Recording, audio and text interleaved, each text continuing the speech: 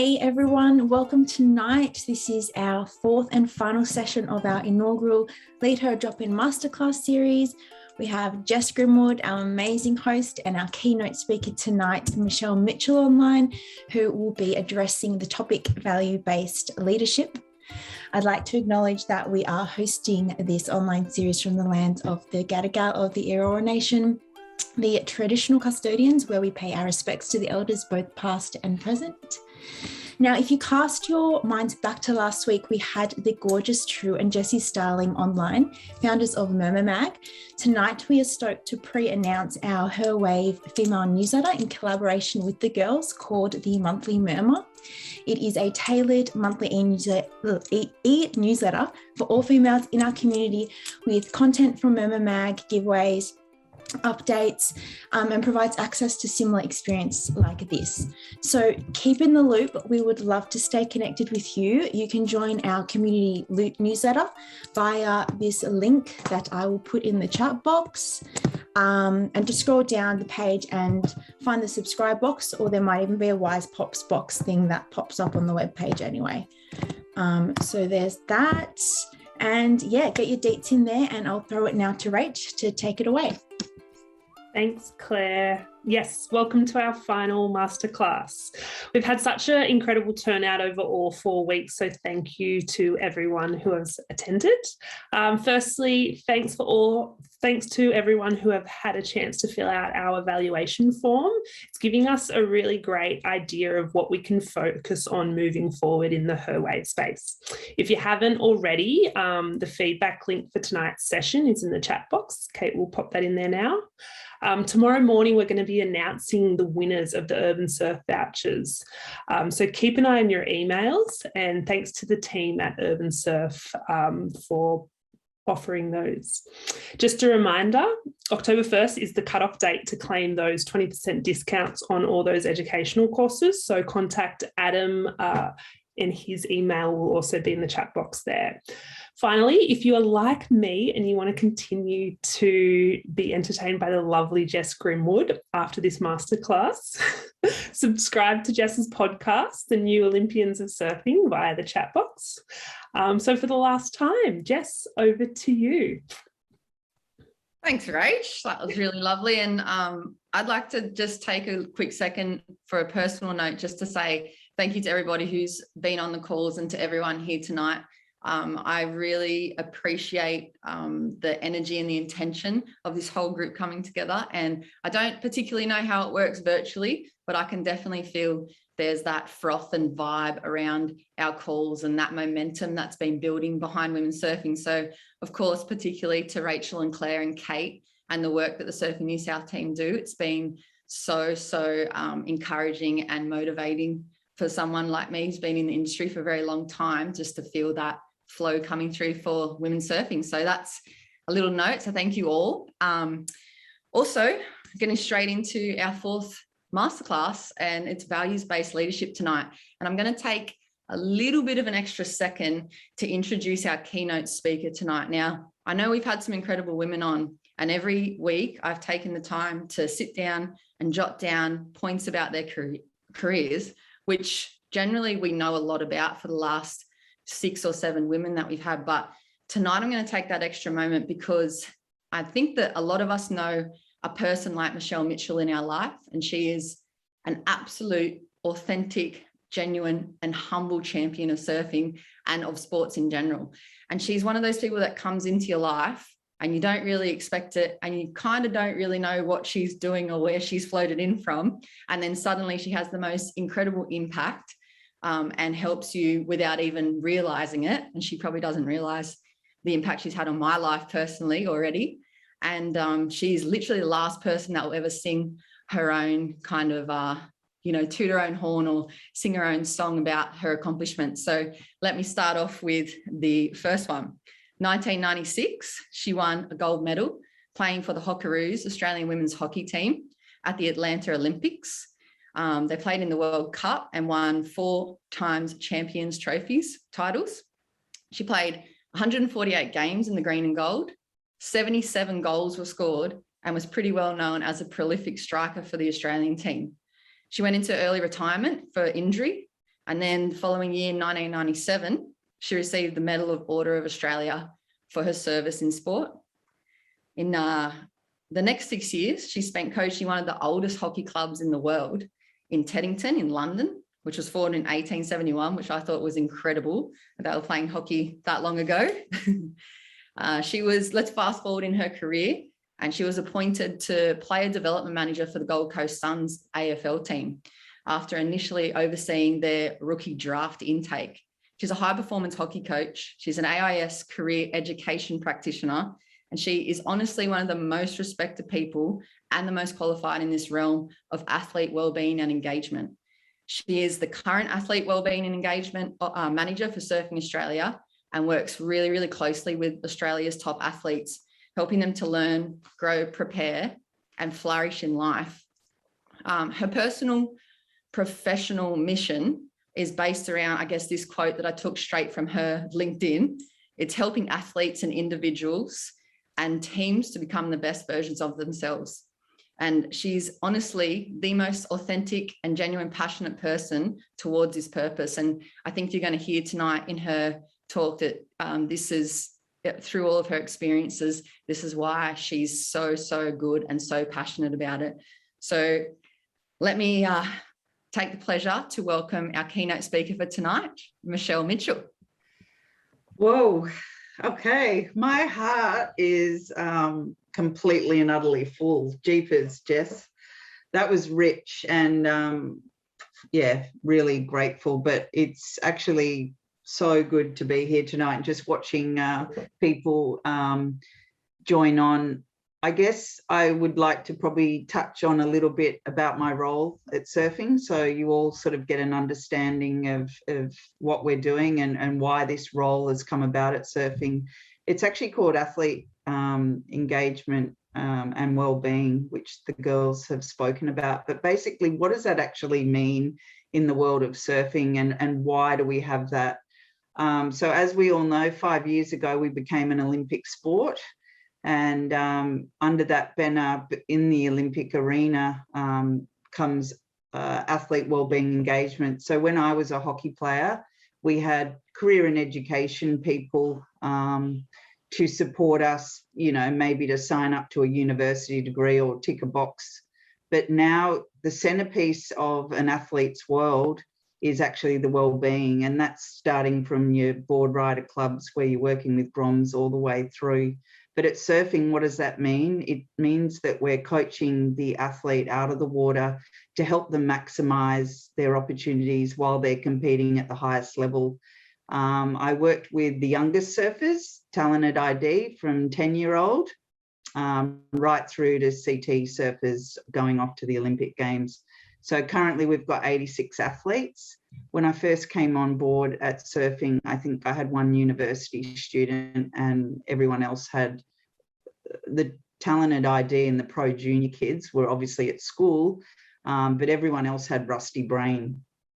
And when we talk rusty brain, and Bea Durbridge and Isabella Nichols talk about this a lot, it just means that you're actually not stimulating and maximising, you know, what's in here to effectively help your performance in the water. So I basically get to help those athletes in the career education and personal development space. And I was saying to the girls before you all signed on, it's pure joy.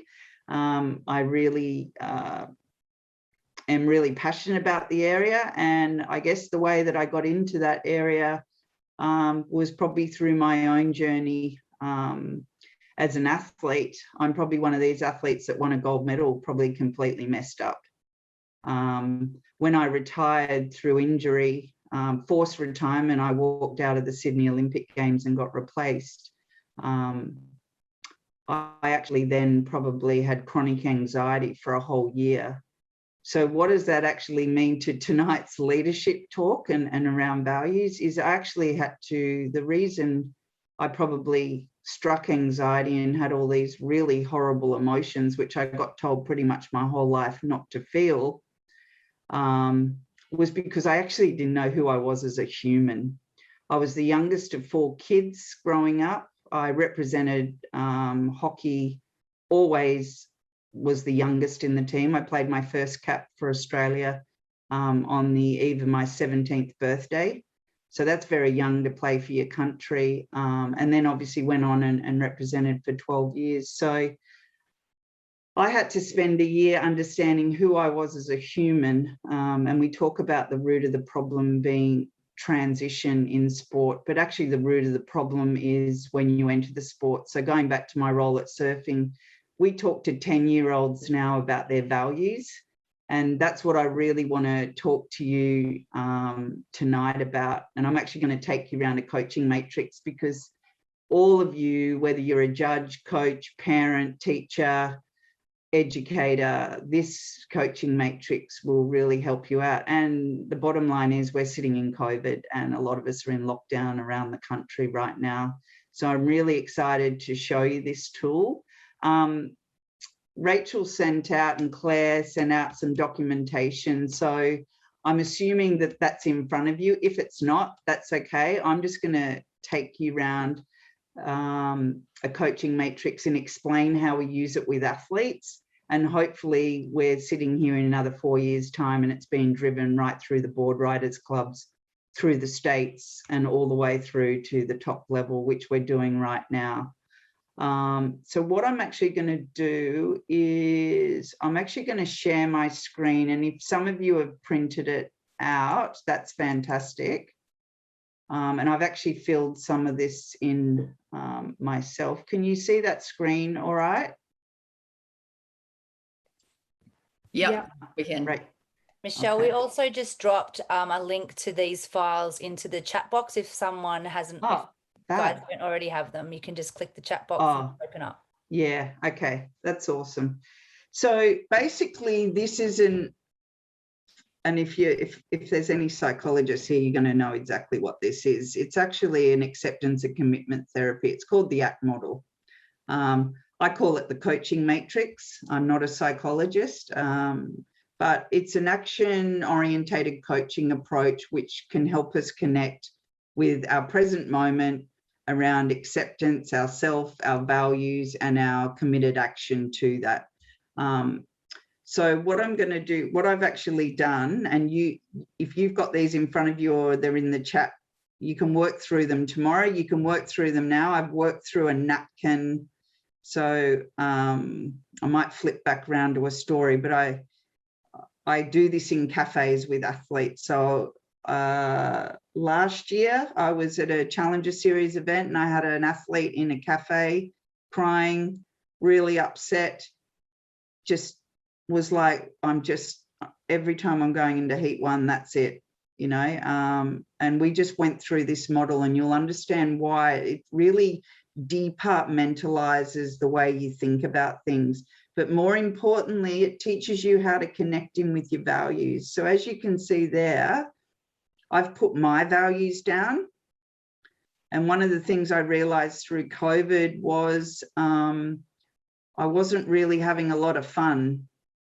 I was zooming. 86 athletes is a lot to manage. I was on Zoom a lot and actually realized at the end of the day that I was pretty fried. And by Friday, I just couldn't speak. So I had to add fun in there. I've got courage and patience and knowledge. Now, when we talk about values, as an athlete, historically, or if you're born in the 70s and 80s, and some actually 70s, 80s, 90s, we were told that you actually don't cry, you shouldn't feel stress, and any emotion that is not perceived as positive, then you shouldn't be feeling it because it's not high performing. But actually what we say now is that you need to build your capacity around that. And if you are stressed and you are emotional, you can actually go into a heat feeling those emotions. And we're going to talk about that in a minute. So when I come back to the word values, values are behaviors that drive us and keep us accountable on a daily basis. So we talk about goals, right? And we say, okay, well, I want to win the Grom comp on the weekend, or we want to be the best board riders club. But actually, that's the goal. what values are you going to have within your club or your state to actually, or your organization, to keep you accountable for that. Now, with me and in my office where I sit with the high performance, we came up with the concept that we're actually all going to put, I got everyone in the staff from the coaches, Bede, Chelsea, Kate, to all put their values up on the wall. And then when we had conflict, we would actually walk over to the values wall and actually look at other people's values and go, are they living those values? Are they actually being accountable for that? And it's created some really good conversations. The other thing that you need to identify in this process to really get a good understanding of what's important to you or around your values is actually identifying what's important and who's important. So as you can see, and as we're working through this, you can actually be writing down what's important to you. So if I said to you now, what are your values and what's important? Just think about that for a minute and maybe just write a couple of things down or have it in your head, or for people that are tech savvy, put it on your phone. Okay. Just think about that, because what we're actually doing here is we're actually identifying the core of you. So what I'm really saying here is this is all that matters in your life, is your values of what's important and who's important. And this is actually what's going to help us connect with ourselves and our values and our committed action when we get up here. Okay. And the other thing is who is important to you right now. So just think about that. And just talking about values, I was writing some, I wrote down tonight, I think it was what sort of values come up for the TID and the GROMS area is fun. And I think the reason they have fun is because that's why they started surfing. And normally when you get to the CT surfers, they'll talk about perfectionism, but some of them are very miserable.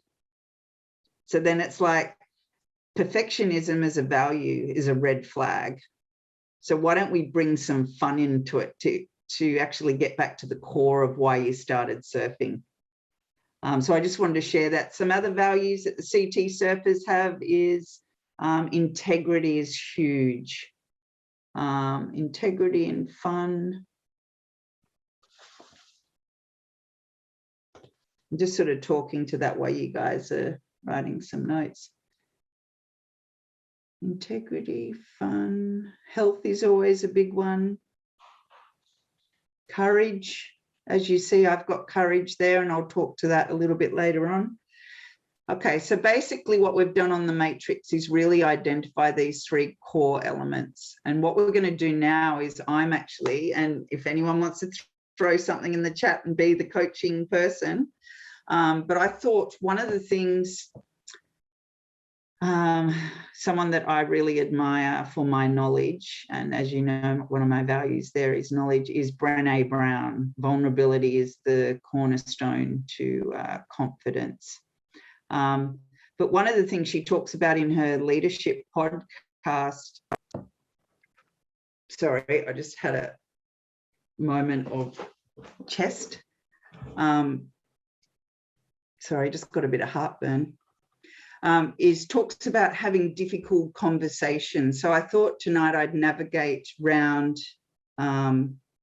this chart around having difficult conversations. So if I've got an athlete that's come to me, or you're a coach or a judge, and you've actually got to sit down with an athlete or a coach and have a difficult conversation, I'm going to talk you through what can play out in that space. Okay. So if as you remember, this is the core of who we are, right? If we move over here, it means that we're moving away from who we actually are and our core are. Now, what I'm thinking here is I want to have a difficult conversation with my CEO around the culture of the business. okay, because I'm not happy with the culture of my business. Okay, this is just an example. This is what I've done with previous business people in the past, or athletes. Or for athletes, sometimes it's having a difficult conversation with their parents. They want to tell their parents something, but they just can't do it. Okay, so then I would say to you, what sort of emotions pop up when you're thinking about having the difficult conversation with someone? So while you're sitting in the screen or at home, think about, you don't have to actually do difficult conversation. You might go, I hate COVID and I'm not coping with COVID and this is all going on. What sort of emotions are popping up for me? For me, with having a difficult conversation around with a CEO around, I want to change the culture, or I want to talk to the coach about changing the culture of the sport, it might be, I might feel a bit anxious. Okay. I feel frustrated within myself. I feel scared. I feel upset.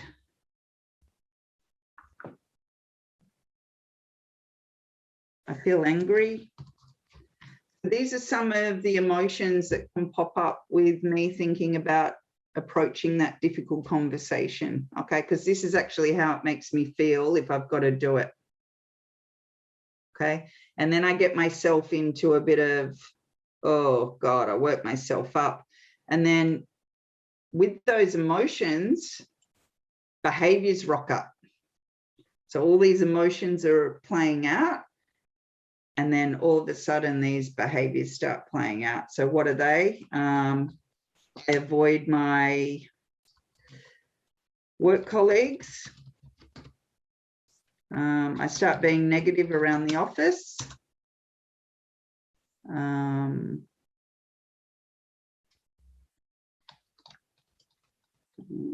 start talking in the corridor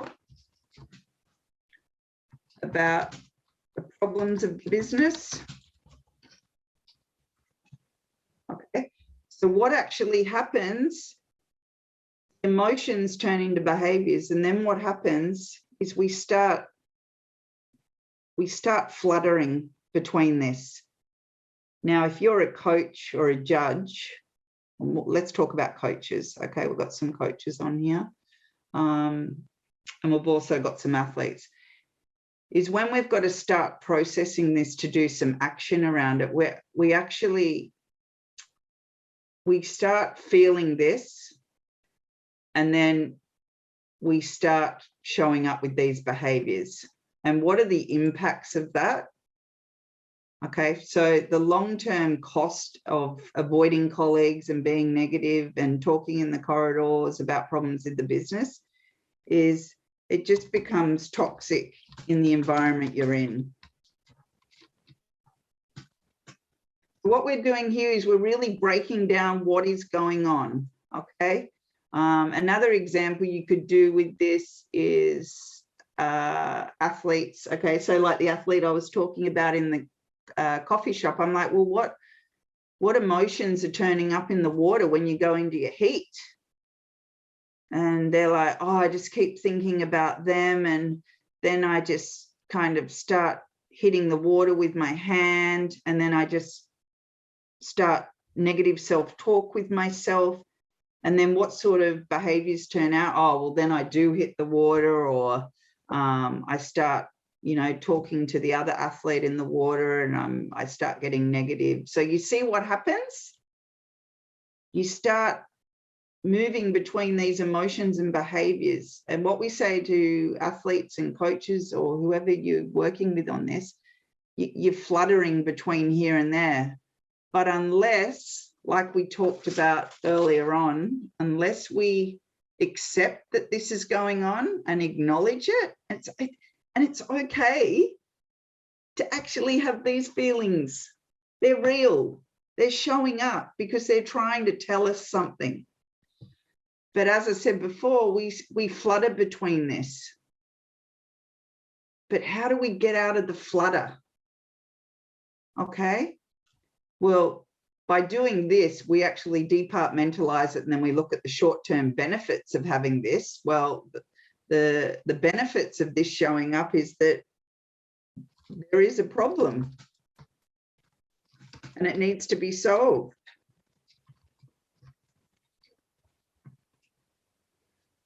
Okay, so they're just some examples, and you can do your own example and show up. But so what then happens when you identify this? Okay, you need to move back to this and connect in with this. And the way you do that is with your actions. So how do I turn these emotions and behaviors into an action that's going to move me back to who I am? Now, if you see here, I've got courage in my values.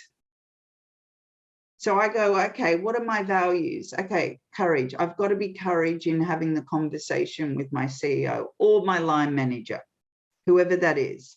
Now that I once said to was actually a swim coach about, you know, why don't you just write a letter?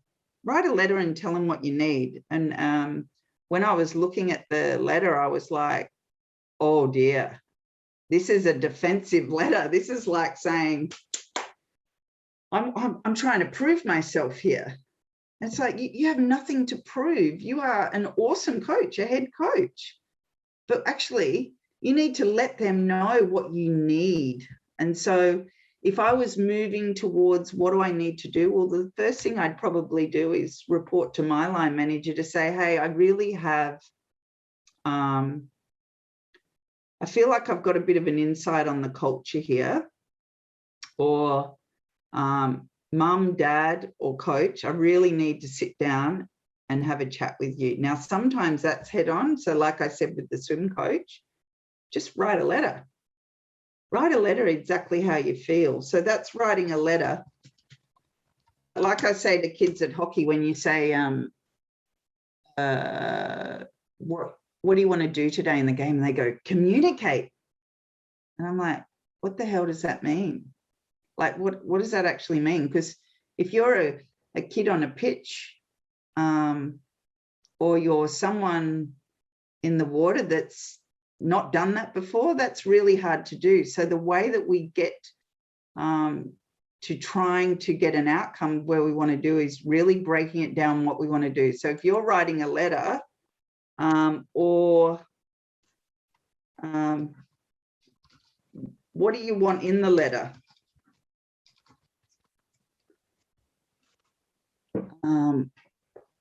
And how do I want to approach it? I don't want to do face-to-face because I know that my parent or my coach will get defensive. So if I write a letter and then organize a time to meet them, at least they've had time to process it.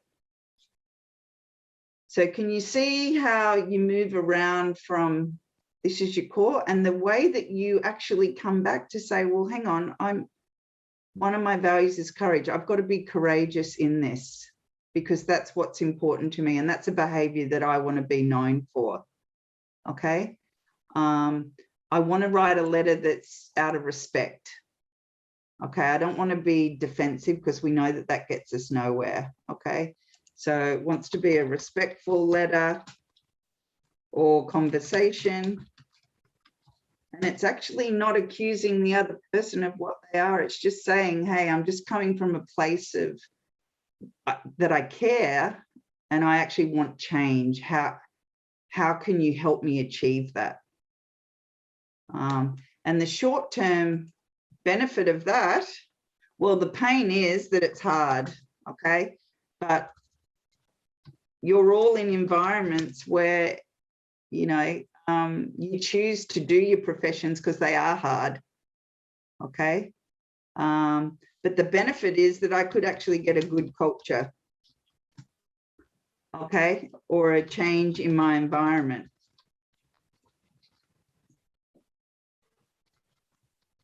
And as a coach, you want to create that safe environment for your athletes, whether that's at a board riders club. Like, you want to turn up to board riders club. So when I was a kid, I went to a board riders club. I grew up at Redhead Beach. There was no females at a board riders club that I went to. And the girls didn't even really get to surf. But I believe now Redhead Beach is, you know, it's got lots of female board riders. But if that's a conversation that you need to have at your board riders because, you know, they're not sending the chicks out first, then this is a really good model to be able to go, okay, what do we need to change? Another big one I think about in board riders is mental health. You know, what do we need to do to support the well-being of young people in board riders clubs? So this is a really good way. Okay, I'm going to be courageous, and I'm going to use my knowledge and be respectful in the process of trying to get an outcome to change what I want to change. And what's important, like here, for what's important for me is to support athletes and coaches to be the best version of themselves. I've got to be able to have those difficult conversations. And when an athlete comes to me and says, oh, can you talk to Bede? It's like, no, but I can help you. I can help you have that conversation, because actually, do you understand that that's actually going to make you a better surfer? And it's also what we talk about at surfing is world's best people and humans. Yeah, world's best people and world's best humans. For me, I'm more about the human. And if you talk to or listen to Ash Barty and her coach, Ben Crow, she doesn't talk about tennis. She talks about being a good human. And if we're talking about leadership today and where you're at, is the question I ask you is, what kind of a human do you want to be? What words come to mind? And who are you at your absolute best? Because when Jess was talking about me at the beginning, if I went and got Rick Charlesworth when I was an athlete, completely different. I was completely selfish. I had no idea who I was. I would speak up whenever I wanted to speak up, which sometimes was to the detriment of the group. And that's because I had no radar of understanding of how I wanted to show up every day. And I guess this journey of you know, sitting here in front of today, you as leaders within your communities or clubs or states, whatever that is, you don't have to know it all.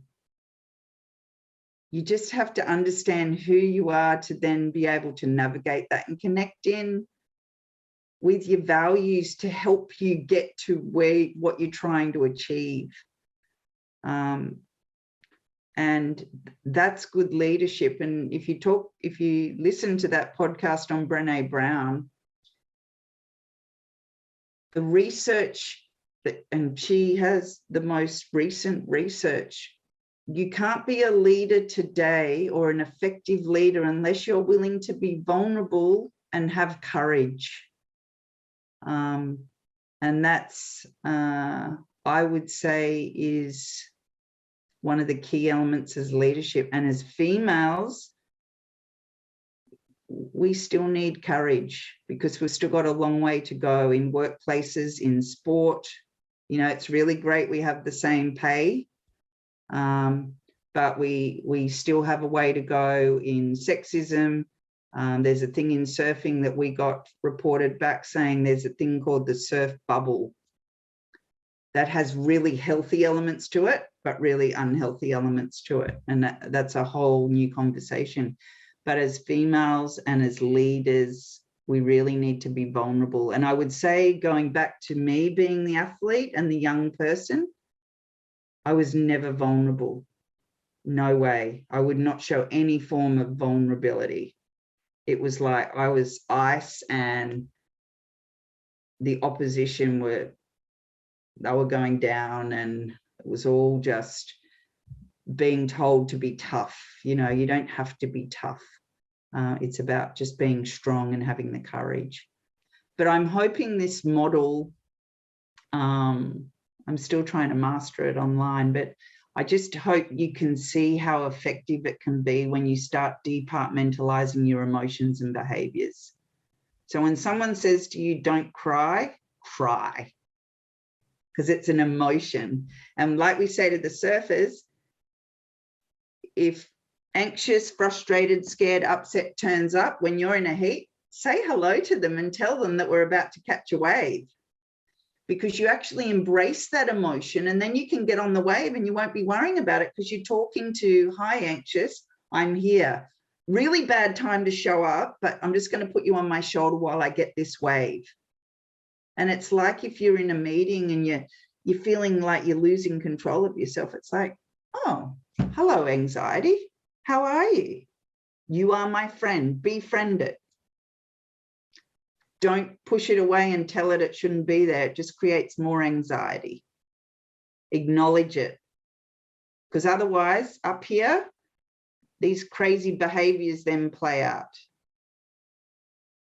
You know, we drive quicker, or we yell at the person next to us when we're in traffic. And then the way we get out of this part is to head over here.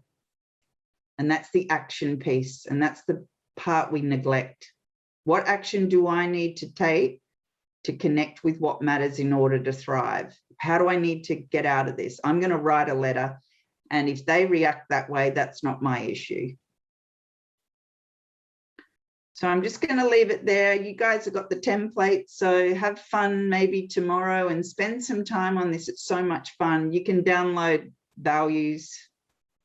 With athletes, we put the values out on the cards with the little 10-year-olds and they go and pick up their values. So much fun. But really try and spend some time on your values, what's important and who's important, and that becomes your core. Is there anything in the chat? Sorry, I've kind of just... Michelle, I feel like it actually is, there's quite a few questions, and I can see from the reactions, I know you're totally focused and involved in the presentation. So the chat, they're all just talking about how maybe relevant it is for their lives and how they're connecting with different pieces that you're saying. I think that, you know, there's nothing else to say other than I hope that everybody soaked in that value lesson, if, you know, and put it towards something that's relevant for their life. And I will read out a question that came from Julia, but just before that, in relation to surfing, I guess, I'm sure most of you made the connection, but obviously in women's surfing at the moment, there's a huge change going on, and it's really important if you're already in the industry, you might already be on this path, but if you're going to join the industry, that we're really, really sure of our own personal values. And like Michelle has been saying, turning up for yourself and being the person that you want to be before you step into a leadership position in the industry is super important at this time, because you're still, exactly what Michelle was saying too, you're still going to hit those challenges and those roadblocks, probably in most industries, to do with maybe different conversations or gender conversations or different ideas. So to be able to come into the industry and be super enriched with your own values and your own foundation, and doing this work before you're actually thrown into the mixing pot that is, you know, most careers in the surfing industry, it's just going to be such a good path for the rest of the women to take. Female surfing, I mean, that's my personal opinion. I know we've had plenty of conversations, Rach, Claire, Kate, all the women that are board riders across the last few weeks, all the women asking about, well, what happens if there's no women at my board riders level? So I guess that all can just tie back into this, that what you're speaking about. Find your values, find your base and where you're operating from, and know it really well, and then come into it maybe with a bit of a different approach that we've seen in the past. So when you approach the board riders, boys, or the club presidents, you can say, hey, like, how about we try this? And it's just it's a much more welcomed approach to change than it is heading it, like you said, Michelle, head on with defensiveness straight away. Yeah, and I guess that's where you start fluttering between this. And it's like you can say, you know, like I said, oh, I turned up to redhead board riders as a kid. And it's like, oh, well, this is rubbish. Yeah, I'm not doing this. And I left. Yeah. But actually, exactly what you said then, if I'm fluttering here, what's the action? Oh, write a letter to the club president and say, hey, can we create a women's movement? I've got some friends, I'll bring them down. It's actually then turning it into, oh my God. And the next thing you know, you've engaged a community of women that are just empowered. Yeah, exactly. And the next thing you know, your board writers president could have 4 daughters in a row, and then it becomes this huge, big female board writers club, as well as being the normal community. But I will ask a question from Julia Williams that she put in pretty quick off the bat. Please throw through some more questions if you have some for Michelle. Junior to senior athlete transition. She asked, do you have any tips for developing a junior into a senior athlete? Oh, wow. Oh, and also, sorry, can I ask you to stop sharing your screen if you're ready to? Yeah, sure. And then they can soak in your lovely face, because like I said, you're a bit of a dark horse. So I feel like it's hard to come across you, but once you come across you in life, that it's really, really going to enrich your life. So she's kind of like the Hamish and Andy. Like, you got to try and spot her in the crowd, and you want to lock into that Michelle Mitchell gold if you can. So that's why we want her face on the screen.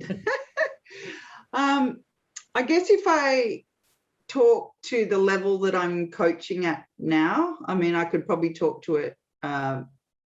Let's talk about, so we have juniors in our program. And if you look at juniors to seniors in sport and you look at the data of that, between 14 and 16, a lot of females actually drop out of sport.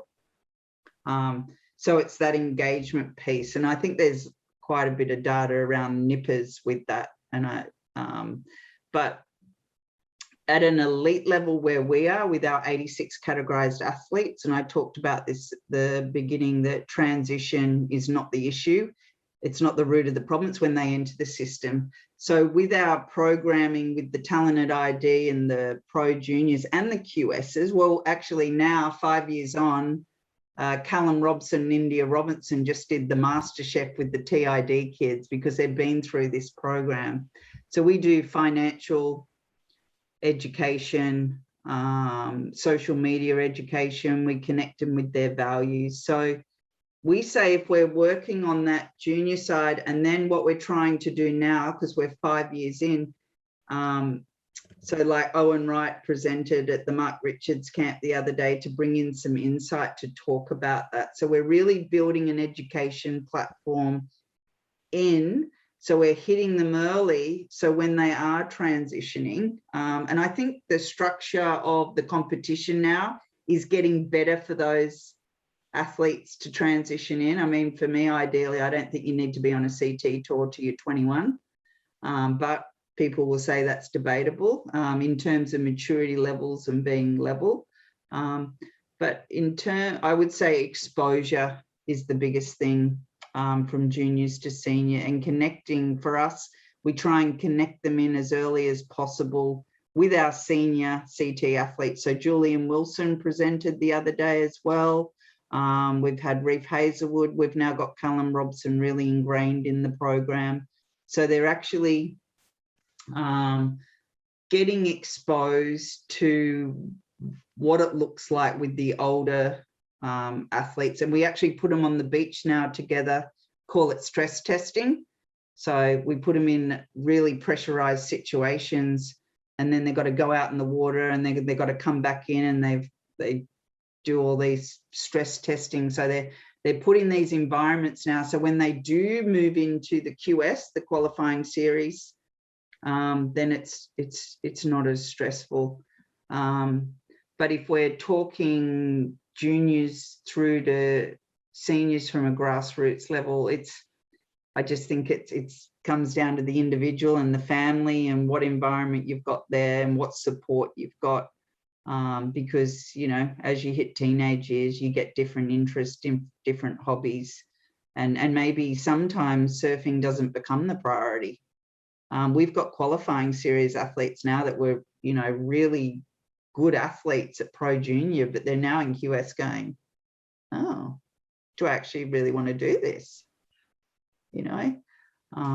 Yeah, there's such a big handover, isn't there? And there's that transition phase, I guess, like with any sport or even your career. You've done the few years and you might get to that point in your office or in your sport and go, oh, okay, what now? And that's, I guess, where the importance of somebody like yourself comes in, because in the past, in surfing and in sport, once you get to that point, you've spoken about before, you come up in the system and you're indoctrinated, or you only know that sporting system or that workplace, and then suddenly you're out in the street going, what do I do now? That's the crazy things. That's why in the 90s when I competed, you saw all these high profile athletes just lose their shit right in front of the media, right? It played out in front of us. But if you actually look at all those athletes, none of them engaged in anything out of the water. So they literally had to walk into an environment where they weren't high profile anymore and just get treated like the rest of it. I call it the real world. And so I've got 17 athletes at the Challenger Series at the moment. And I would say every single one of those athletes, so one dropped out. And he's just like, yep, that's fine. I've got my business. I can do that for the next 3 days.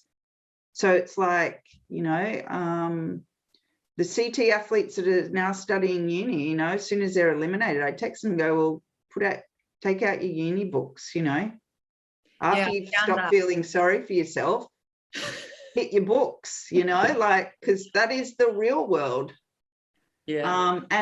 And Isabella Nichols and Bede Durbridge call it rusty brain, I found that story. I'd like you to, before we go to the next question, there is a pretty good question from Jenny Lee, Southend Maroubra, but I found that really interesting when you spoke about Isabella Nichols as a case study.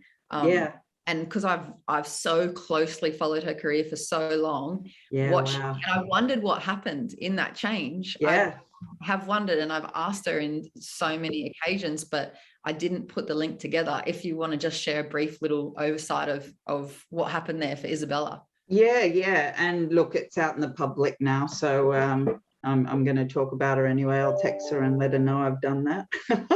But basically, when I met Bella, she had an injury. I think it was a knee or a foot, and she'd sort of come into my office. She was actually one of my first athletes. And she just started telling a story, and, she was talking surfing, and I was like, okay, that's really interesting, but I've just been an athlete. I'm really not interested in the athlete side of things. But what do you do when you're not surfing? Did you have a brain at school? What subjects do you like? And that just started. Then she was telling me that she was interested in engineering, and she had a really good maths brain. And so I was like, oh, well, why don't you sign up to do an engineering at university? And she's like, oh, I don't think there's any universities that offer it online. I'm like, we will find it and we will negotiate it, but we will make it happen. And then when she did that, we had Asiona come on as a partner at surfing, and I went to Jake, the partnership, who's now at the WSL, and said, Jake, I've got an athlete. Let's connect her with this Asiona. And he's just like, oh, this is going to be awesome. Like, we're actually going to tell the company we've got a female athlete that's studying engineering. And then the next thing we found out, Bede connected me with I'm like, doesn't this Urban Surf have an engineer? Like, she's interested in engineering. She surfs. It makes sense to learn about engineering when she's not in the wave pool at Urban Surf. So then we talked to the Urban Surf, and then he was connected with the head lecturer. We actually ended up changing unis. So literally we had Urban Surf, Asiona, and her university is all in Melbourne. So when she goes to Melbourne, she's got all these connections. So she's not just going to Urban Surf to surf. Mm-hmm. She gets to connect in with the engineer. Now with Asiona, when you see her at home, she puts on the boots and she goes out on site at Townsville. They've just embraced her. But what actually happened, she did nothing for 6 years and then wondered why she didn't make the CT. Her brain was rusted. Yeah, and then that change happened, and she qualified, and her performance skyrocketed, and then she was all that the surfing industry could speak about during that season. I remember that happening. Yeah, Lauren has just put up from Joyce Mag that she's just done something on Bella. Yeah, I'd be really keen. Now, I'd like to invite, sorry to interrupt you, Michelle, but I'd like to invite Claire if she can be spotlighted for the next question. I do want to get to it because I feel like it's really relevant to what we're talking about as well. Jenny Lee from Southend Maroubra. Hello, Claire. Welcome back. Make sure you take yourself on mute. Off mute, sorry. How is Surfing Australia and Surfing New South Wales investing in the importance of wellbeing in the community of surfing, as well as the elite levels, especially the girls and the women? So I know that's a huge and it's pretty loaded question. There's so many different avenues, but I'd love for you two to speak on that if you can. Yeah, so I guess from Surfing New South Wales, we apply for lots of grants and we try and get brands onto, I guess, off-the-shelf products that we create around women's health and also just in general mental health. So for females, we've got our Her Wellness program, which is basically a surf and mindset or nutrition-based program, which involves connecting the community, connecting females, new females and recreational females with each other, and basically leaning in on that either mindset, nutrition, or any other kind of self-development learning realm. And then we've also got our Surfing Mental Health 360 program, which is a platform, that basically connects surf schools, board rider club members and recreational surfers within our communities to our partner mental health programs. So we've got about 5 or 6 different mental health programs, partners that cater for different divisions of surfing. We've got Cooper Chapman from the Good Human Factory, who we get to go around to all the Groms in the board rider clubs, and he runs out a mental health resiliency program. And then we've got Man Anchor, who basically coaches and upskills specific club, liaison officers into like wellbeing, mental health first aiders. So we cover the costs of we hope to cover at least one club member from each of our 117 clubs to upskill in that program. And we've got Let's Talk programs also through Man Anchor, and we've just got the Rise Foundation. We've got so many different partners. If you want to check them out, it's on our website. We have a mental health tab, and we'll be rolling out a bunch of those programs over the next year. We've just been successful in a few grants, so stay tuned on that one as well. The Her Wellness programs, they are obviously on standby. They are physical, so standby for them. Sorry, I just ran. This is exactly what Michelle was speaking about in her talk too. It's kind of like that call for action as well. There's this stuff brewing. There's a lot of resources there, like from what you've been speaking about to like junior high performance programs to so much happening in surfing. But as Michelle said, it's that little bit of a call to action for us as women in the industry and now, emerging leaders or potential leaders is, what do we want? What do we want to see in the industry? What do we want for ourselves? And what do we want for the kids that are coming into the industry? And that's where Michelle was talking about coming back to your values and being able to have a voice with a bit of courage and asking for it. So do feel free to reach out to Claire or Rachel or the Surfing New South Wales team, because as you can hear from Claire, at a state level at the moment for us, there's so much available. If you are ready to tap into it, there's a lot of opportunity. And Michelle, I'm sure you've got some to speak about for Surfing Australia. Oh, look, yeah. Oh God, there's so much in that. When I asked about because obviously I was a director of coaching and I worked with 32 coaches overseas, so I've sort of came from a coaching background, and I looked at our coach list for who we're going to develop, and I'm like, there isn't any girls on that list. But lucky, just saying that, in 2 days, we then had 3 girls on our list, and now we have one of them in Chelsea working at Surfing Australia. We've got now Kate Wilcombs as High Performance Director. What I will say to the people on here, and we've now identified some coaches in our 86 categorised athletes.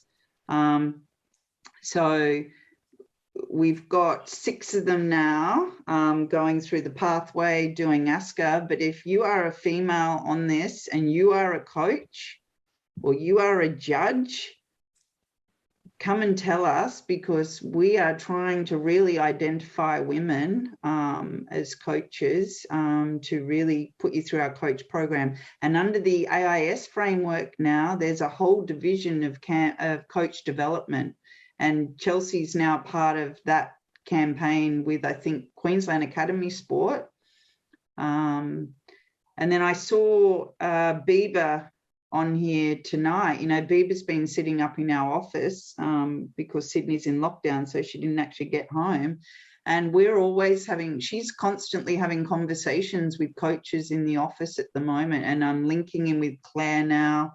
And obviously, historically, Jess, we connected in. I mean, I met you on a beach saying, who's this awesome chick?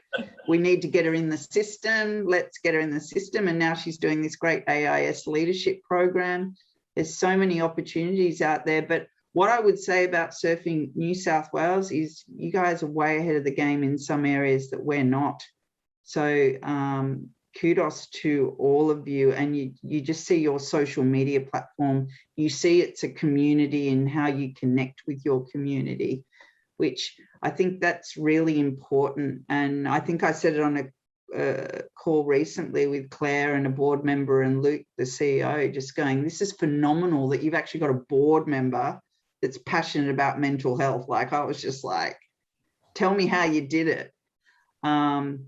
But there are opportunities there. You've just got to action that. And I know there's some of us, you know, I do it with my sport, you know, we sometimes get caught up in what used to be, but we've actually got to focus on what's the action around how we want to change it. And if we can create a real positive movement and influence in that area, just awesome. I'm on board. Whoever's joining, having the club, I am on board. It's so well said. I really hope that it really, this whole series and, you know, specifically tonight's conversation with you, Michelle, does spark people to not just log off tonight and go, oh yeah, cool, like I'm a, you know, board riders level coach, or I'm a local coach here, or a judge. Oh. I might just leave it there. I don't really know what's going on. Like, make that next step, because wow. I know, for, like you said, for me personally, with my story, I've always kind of stood back since leaving the industry, and then that engagement with Surfing New South Wales and their team, and then that chance meeting with you has launched my life, just even for me personally, let alone in the industry, into this whole other fulfilling kind of direction that I didn't think that I would get from anything from surfing after competitive career. So I'd like to ask you another question if we've got, I know we've only got a couple more minutes, but we don't mind going a couple of minutes. Can I just add on to the pathways? Being an Olympic sport now, every one of you has an opportunity to be in a pathway of some sort. And then when you get to that, you know, level 2 level, there is a pathway to link you into QAS, New South Wales Institute of Sport. Sorry, because I'm sitting in Burleigh Heads. I go QAS because I use QAS for those Queensland athletes, and we use NSWIS and we use WACE wherever you are throughout Australia. There is a pathway, and there's courses going on now all the time run by AIS. And just follow AIS, and if you want to get on it, just they'll offer the course, and then if you have problems, just reach out. I'm on LinkedIn. I'm very active on LinkedIn and Instagram, probably more personally Instagram, but yeah. Well, let's ask one more question for tonight, and I think it brings us full circle back to the start of your talk tonight, Michelle, and it's from Asha, I think Nidri. And she's, Asha Nidri, I've coached Asha Nidri in hockey. There you go. And she's from Redhead Beach, yeah. Well, that's a perfect way to come full circle back into your story and your journey and to Asha's. And she said, hi, Shelley, your insight is truly inspiring. And do you have any advice on how to check in with yourself and your surroundings? And how do you stay true to your values in a difficult situation? I think that's a nice one to link back into the overall. Oh God, that is that's the big one. And I think there's at the moment, I've got 17 athletes away, and we sort of do health checks on them, and we look at different areas. So the environment that you're in, your relationships, the fun factor, sleep, nutrition, and it's that departmentalizing again, going, okay, what's actually going on, and what do I need to actually shift out of that? What do I feel I need? But sometimes when you're in that, it's really hard to get out of it, right? But it's the action piece. So if you're fluttering in a difficult situation, whether it's relationship with coaching or just COVID, what is your action? How are you going to move back to the left and connect in? Like, write down what are your values, who's important and what's important, but also write down what's actually going on. Identify that. Because how often do you sit down and go, right, I'm just going to sit here for 20 minutes and break down my life? Like, who does that? Okay, I do it now because I went through I was really unwell when I retired. I was forced, and I attacked getting well like an athlete, but you just really have to look out and go, that what's important, who's important, and what do I actually need to do? I think I wrote it down about what kind of human do you want to be? What words come to mind? And who are you at your absolute best? And if you're not there yet, work out the why. There's an app called Green X7. You can get on the app, and I suggest you get on, and you can test your well-being right now. It's what our athletes use. It's called Green X7. Log in, and you'll be able to work out and we say, what's your battery? We say to the athletes, what's your battery? This is really a brand new area that we're tapping into, but what's your battery? And if it's, below 60%, I think, or 50%, then there's some red flags there. But I would say there's work to be done in answering that question, to really departmentalize it. What are your values? What's important? What is actually going on? And it's, why is it going on? And how do I actually get out of that? And if you go around that coaching model, it will really be really clear. Yeah. Well, I feel like there's so much. Yeah, there is so much. So much to process from that. And I know, regardless if it's to do for all the people on the call tonight, if it's to do with surfing, if it's to do with COVID, like you said, maybe their personal relationships or their relationships with themselves. There's so much to unpack there. And I just want to say thank you again, Michelle, before I hand it back over to Claire and Rachel. I could stay on this call all night and just soak up the goodness from you that you have away in your brain from all the experiences you've had in life, and your generosity for sharing that with us, and your coaching knowledge as well. I really appreciate it. And I know the rest of this community on the call do as well. So thank you. And any last words before I pass you? I'll chuck everyone back over to Rachel and Claire, because they're going to sign off the series and let everybody know what's happening next. But any last words from you, Michelle? Well, yes, there is. I would actually ask you all, what is your action tomorrow? What shift are you going to make in order to move to the best version of yourself? That's probably the question. And I would just talk about those emotions and befriend them, no matter what. Because all you're doing by befriending those emotions, whether they're all really bad, is you're actually teaching yourself how to have more capacity to cope with stress and be vulnerable in that. Because as Brené Brown says, vulnerability is the cornerstone to confidence. Boing. Yeah. If you had a mic, Michelle, you would just drop it right now. Thank you so much. I will pass it over to Claire and Rachel, and I'm sure you'll stay spotlighted for the ladies as well. I think they probably want to thank you as well. So Claire, Rach, take it away. Thanks, Jess. Firstly, you've been an absolutely amazing host. I'm sure we'll be seeing a little bit more of you. Thank you, Michelle. I've really gained some great tools from tonight. Green X7, is that the app? I'll be downloading that. Yes. Sounds great. And maybe Claire, we'll talk partnership with supporting everyone on Green X7 in New South Wales. Oh, that would be fabulous. And I encourage you all to really spend some quality time and use that matrix Michelle shared earlier. So the link for that was in the email we sent you all out around lunch today. So we're going to take our last photo for the series. So Kate's going to quickly take some screenshots. So please turn your camera on if you can, and we'll take a few shots. While she's doing that, you can take over with that and tell us where to go, Kate. Yeah, as everyone, I need to remove spotlight. I did the gallery view too early. So hopefully you can all see the gallery. Remove spotlight. And I think it was Claire. Where are you? I can't even find you now. Anyway, here we go with the photo. Let's just do this. Everyone smiling. Page. Oh, there you are, Claire. Hang on 1 second. 1 second. Hold up, party people. All right, we're back on gallery. We're all in. Smile for the last final series number 4 photo. Here we go. Page 1, 3, 2, 1. Woo!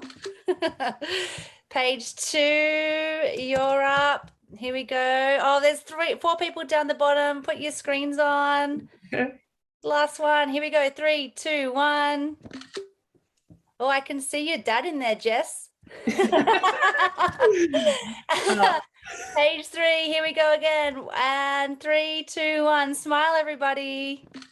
Lovely. That's it. Thank you guys so much for your smiley faces. It's great to see all your cameras on, and I'll pass it back to Claire for the wrap up. Oh, I'm going to say one more thing. Oh, sorry, Rach. That's okay. I should have read the run sheets. Here, I'm getting all lax on the last night. Sorry, guys. No, that's no problem. So everyone, you can hashtag her wave, lead her for that. I've already done one for tonight. Screenshotted that matrix. It was really good. So remember to go in that drawer for those Urban Surf vouchers. You complete that tonight, because we will be drawing them tomorrow morning, and double entries are now allowed. So if you've already done it, you can do it again. Next Friday is the cutoff for those 20% discounts on the educational courses. So just email adam@surfingnewsouthwales.com.au for that one. And as Claire mentioned earlier, her wave has some really exciting projects coming up, and we don't want you guys to miss out on them. So to keep up to date, subscribe to the Her Wave community on our website, or you can just follow us on Instagram. But I think that's about it from me. Claire, did you have anything else you wanted to add? Yeah, thanks, Rach and Michelle and Jess. I think it's really important to note that essentially just being a woman in surf, like, you're inherently inspiring and leading other females as well. And it's been such a thrill to get this bunch together and empower one another each week. We've just loved connecting with you on Zoom and over socials. Your engagement doesn't go unnoticed. And I think the success of the series really came down to your consistent efforts and enthusiasms in showing up. So yeah, this is the end of the beginning, I guess, of what we've planned to create in this space for you. So stay tuned, sign up to the monthly murmur, and reach out to any of the team if you need. Kate, I think, will put our details in the chat. But we're going to be hanging around after the session online for our weekly after party, as we like to call it. So if you have any burning questions, you can ask us there. If not, we'll see you ladies soon. Thank you so much for tuning in, guys.